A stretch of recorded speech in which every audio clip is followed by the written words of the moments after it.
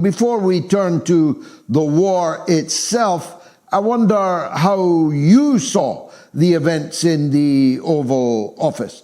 There seems to be a peculiar dichotomy. Western liberals who've now expelled your country from the West and who believe they are the world were scandalized, shocked, like the police captain in Casablanca when he discovered there was gambling going on in Rick's Cafe, and most American people who kind of thought that Zelensky got what he had coming. What was your take? Well, I got to say, I was just absolutely shocked. I was literally 90 seconds from going on the air with the show we had prepared when my producer, Gary, saw the images of, on the side, because he'd been monitoring it, and he saw this argument going on. And so we immediately cut our show and just went with what was going on almost live as we were talking about it. And I just couldn't believe what I was seeing, because especially when I went back and watched the whole thing in context and watched the last few minutes, as leading into it, I did a deep dive on this whole issue and how it came about.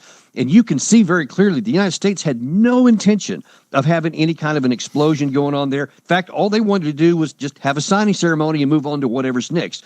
Apparently, they didn't even want to have him in the White House for that. That was something that Zelensky himself really pressed for because of the optics. And then when you see him actually bait the vice president, and then he just kept on going. Then after it went to the president, he just kept going. He would not shut up. He just kept his mouth going, causing more of this rift. Now, what I also did in a show I did earlier today, actually, especially after he went with Sir Keir Starmer and some of the comments that he made there, what I have observed is there is this huge absence of knowledge about what's actually at stake here. You have people who already didn't like Trump, who were just beside themselves, both in the U.S. and in Europe, who were just going crazy about it and just saying they were embarrassed, they were ashamed, how undiplomatic, etc. And if you already didn't like Zelensky, then you thought that Trump and Vance made the right call. But something you said just a second ago before we came on the air here, I think is missed by so many people. This guy, forget about the $500 billion that he's in debt to the West or whatever, but his lifeblood is on the line here. And if he doesn't have the United States backstop, even Starmer himself said if the U.S. doesn't backstop these alleged peacekeeping troops that he wants to put into Ukraine, he said it's not going to work. Trump absolutely said we're not going to do that. And so to then insult the president of the United States and vice president on the very floor, the Oval Office of the symbol of American power in the White House, and think that there's not going to be a negative reaction is just baffling to me, because he is basically, Zelensky is playing with the lives of his people. Because, George, I'll tell you the one thing that nobody seems to understand, or at least not many in the West. The war is already decided. It's only the only thing still to determine is how bad the loss will be for Ukraine. Zelensky refused to negotiate, refused to administer the Minsk Accords. He refused the December 2021 offer that Putin gave again to avoid war. He refused the Istanbul meetings. He refused the June 2024 opportunity, and he's refusing the one now. He is the biggest impediment to peace, quantifiably, and he continues to send his men out every day to pointlessly die in a war that cannot be won. And people still have the audacity to suggest that Trump did something wrong, who expressly said, I want the killing to stop. If anybody cares about the people of Ukraine, it's Donald Trump. The likelihood of him being overthrown by his own officer class must surely be high. Plenty of rulers have been overthrown for much less egregious own goals than that we saw this week. It's a chance for somebody to make a name for themselves and become the president of whatever is going to be left of Ukraine. And yet there seems to be quiet on the home front for him. Why do you think that is? Yeah, I actually asked somebody, and I won't betray their source, but it's somebody well placed in the Ukrainian government, because I just kind of assumed that was going to be a growing risk at this. Because why do people want to send their sons and daughters off to die in a war that that's almost certain death for no gain to their country? And they said that he has such a control of the security apparatuses there, and so many people benefit from the continuation of the war that there is a cocoon and a bubble around him that's actually pretty effective because he silences anybody who has, stands up against him inside. So apparently his security is pretty tight in Kiev right now. I interpreted some of the things he said to Trump as a threat. He said, you have this big ocean, but you might not always have it. He implied that some harm was going to come to the United States. And one of the Ukrainian military outfits last night effectively threatened to unleash the diaspora in Canada and in the United States against the security of your country. And there was a big crowd in Times Square. A lot of them military age, by the way. Makes you wonder why they're in New York and not in Kupiansk. They're all that excited. Danger. How about putting them on the front line? Yeah, well, if I was Trump, I would have said, go to the airport now. We'll fly you free of charge back to your country and then to the front lines. Do you think, Donald Trump's there was 2 attempts to assassinate him in the last year. Both of them had a Ukraine connection. And the second of them, the one in Florida, was explicitly an activist in the Ukraine cause, a man who was recruiting for the so-called Foreign Legion of mercenaries to go and fight in Ukraine. I hope Donald Trump's doubled down on his security, Colonel. Yeah, I'm sure that he has. There's no question that he has, especially after those attempts. He won't take any chances at all. I've personally seen the motorcade roll past me once, and it's a lot more robust than it used to be, I can assure you. But one of the things that it still puzzles me to a certain extent why so many people in Europe were fawning over themselves to say that they're going to go for as long as it takes. They're repeating things of Biden, that our support is enduring, it's unfaltering, it's unwavering, and all this kind of stuff. And I'm just like, did you guys not pay attention in 2023 when everything in the world was given to the Ukraine side to give them every chance to actually expel Russia? It broke its teeth on the first line of defense, never made it past there.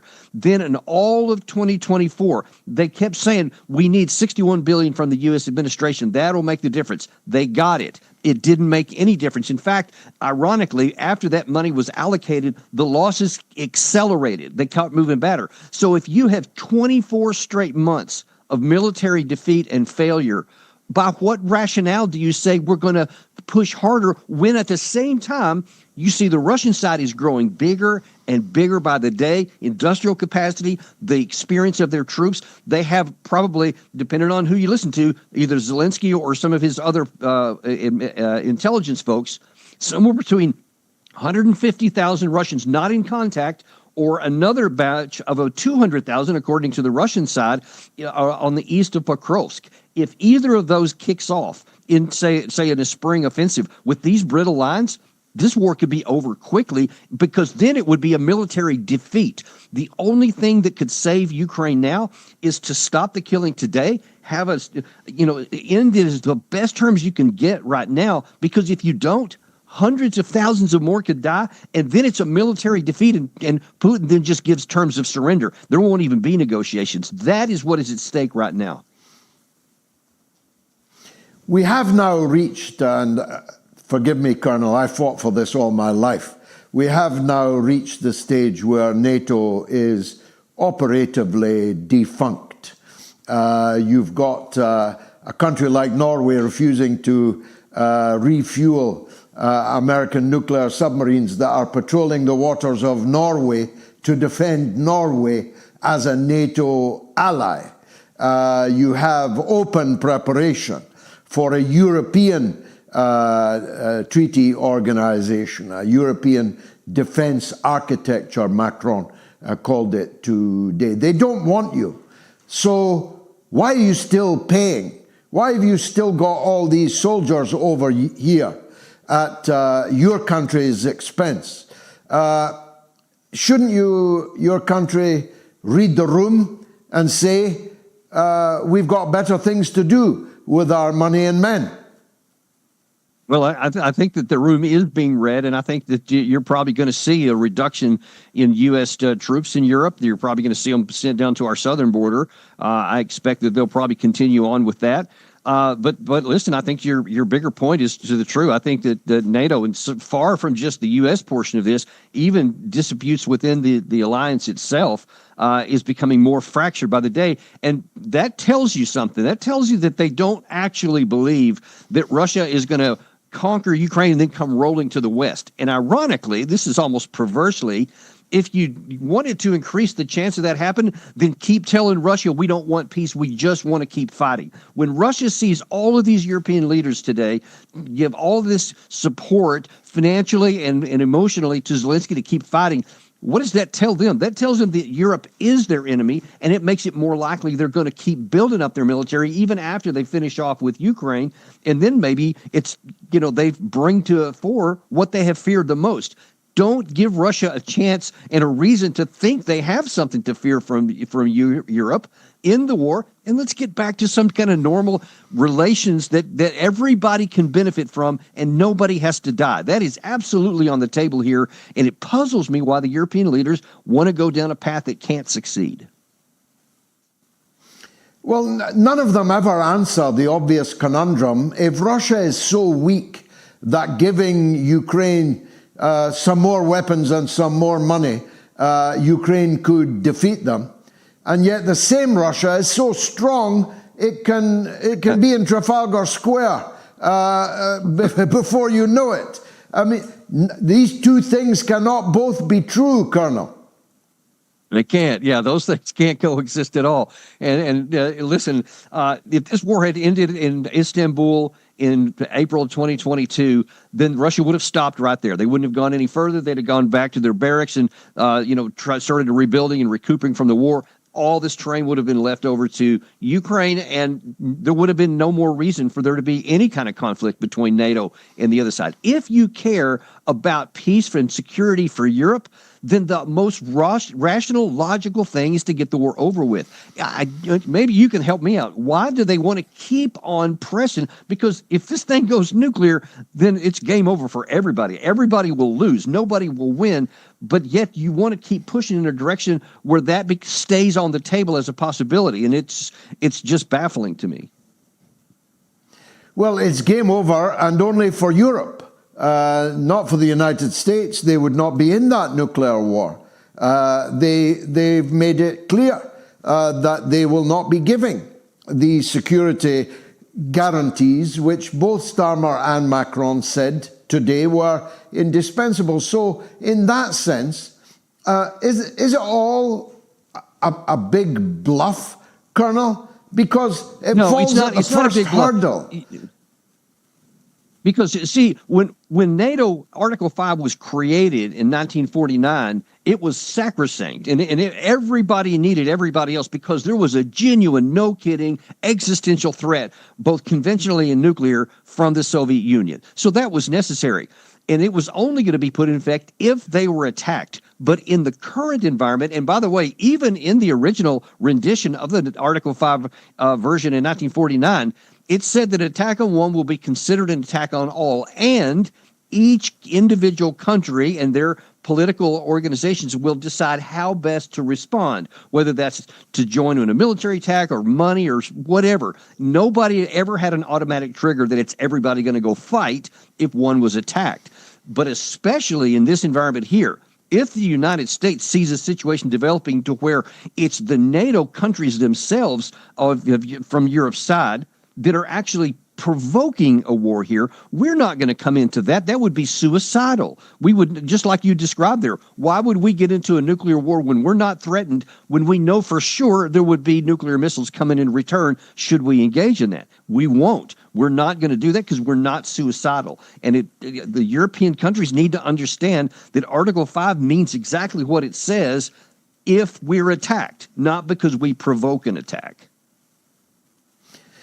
Well, the reason I use the word bluff, To me, it falls at the first hurdle. If you are saying, as both Starmer and Macron said today, that it would require this peace plan that they're going to come up with, which presumably they think will be more stylish, maybe, more French than the Trump peace plan, they're going to present it to the United States.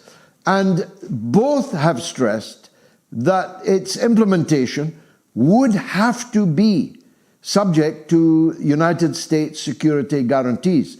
So the first hurdle is, can you get those United States security guarantees? But Trump has already stated multiple times that he is not interested in giving security guarantees. He wants to end this war. So I'm wondering if it's all, huff and puff. What do you think? Your framing is perfect. It falls on the first hurdle. Guaranteed, there's no chance that Trump is going to backstop, is the word that Zelensky used on American television on Friday night, that many in Europe say, yes, Starmer himself, it has to have American backing. It's not going to have American backing. And by the way, no one's examining the other half of this equation, which is what the Russians are saying. And what everything comes down to is, what can the Russians do? What can the European side do? Russia can ignore everything and just keep fighting until they have won on the battlefield everything they think they need to get their security in. Ergo, they will not agree to NATO's troops of any kind as peacekeeping, especially those that would be backed up by the U.S. They will also insist on demilitarization. I think the number is 85,000 total armed forces in the Ukraine that they're talking about, and denazification, meaning the Ukraine side has to have an election with a new head of state that's picked by their people. And nobody's talking. I bet the Starmer and Macron didn't say anything about any of those figures. And so it falls on the first hurdle. But if somehow it cleared the first, it would fall on the second, which is that the Russians won't agree to that, and they have the power not to. And I keep saying this. It just baffles me why these leaders and these heads of state don't see such elementary issues. Colonel Davis, host of Daniel Davis Deep Dive, a must-watch. Thank you for joining us this evening.